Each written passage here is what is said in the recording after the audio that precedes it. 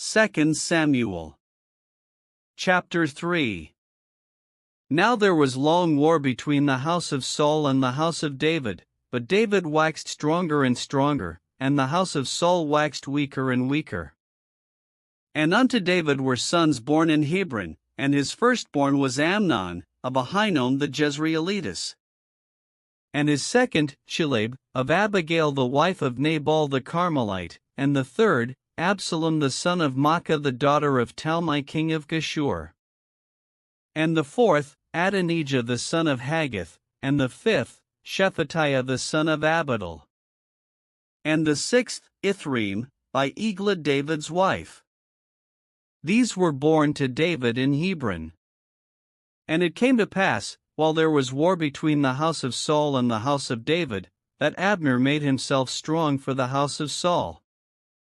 And Saul had a concubine, whose name was Rizpah, the daughter of Aiah, and Ishbosheth said to Abner, Wherefore hast thou gone in unto my father's concubine?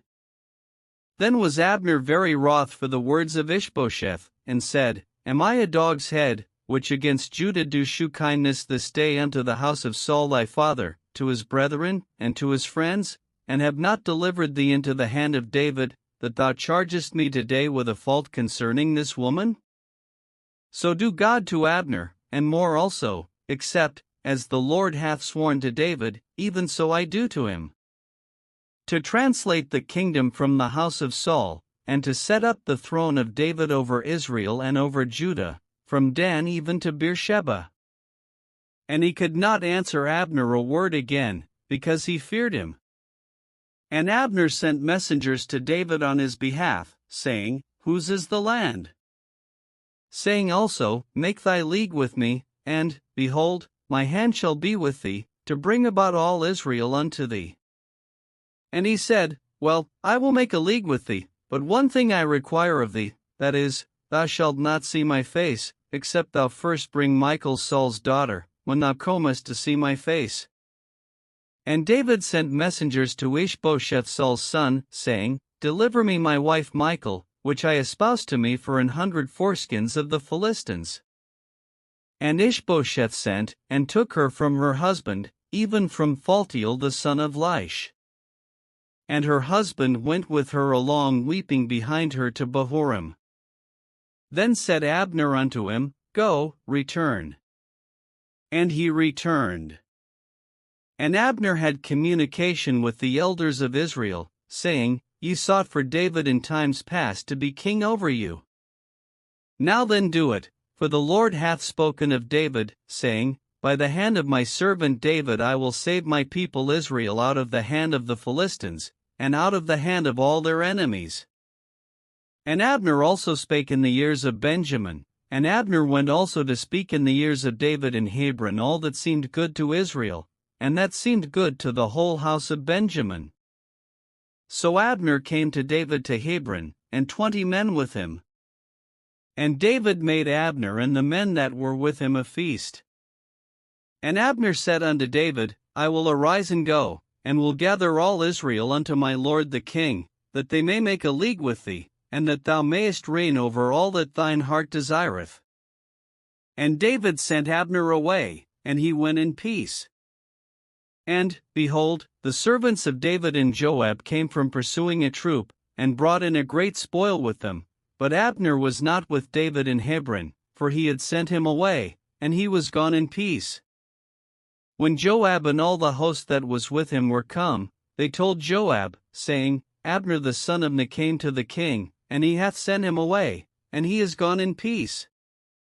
Then Joab came to the king, and said, What hast thou done? Behold, Abner came unto thee, why is it that thou hast sent him away, and he is quite gone?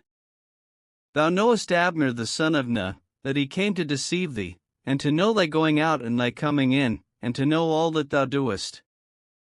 And when Joab was come out from David, he sent messengers after Abner, which brought him again from the well of Sirah, but David knew it not.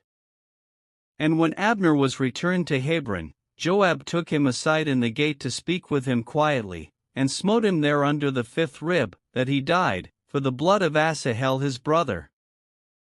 And afterward, when David heard it, he said, I and my kingdom are guiltless before the Lord forever from the blood of Abner the son of Ner. Let it rest on the head of Joab, and on all his father's house, and let there not fail from the house of Joab one that hath an issue, or that is a leper, or that leaneth on a staff, or that falleth on the sword, or that lacketh bread. So Joab and Abishai his brother slew Abner, because he had slain their brother Asahel at Gibeon in the battle. And David said to Joab, and to all the people that were with him, Rend your clothes, and gird you with sackcloth, and mourn before Abner. And King David himself followed the bier. And they buried Abner in Hebron, and the king lifted up his voice, and wept at the grave of Abner, and all the people wept. And the king lamented over Abner, and said, Died Abner as a fool dieth? Thy hands were not bound, nor thy feet put into fetters, as a man falleth before wicked men, so fellest thou. And all the people wept again over him. And when all the people came to cause David to eat meat while it was yet day, David sware, saying, So do God to me, and more also, if I taste bread, or aught else, till the sun be down. And all the people took notice of it, and it pleased them, as whatsoever the king did pleased all the people. For all the people and all Israel understood that day that it was not of the king to slay Abner the son of Ner. And the king said unto his servants, Know ye not that there is a prince and a great man fallen this day in Israel?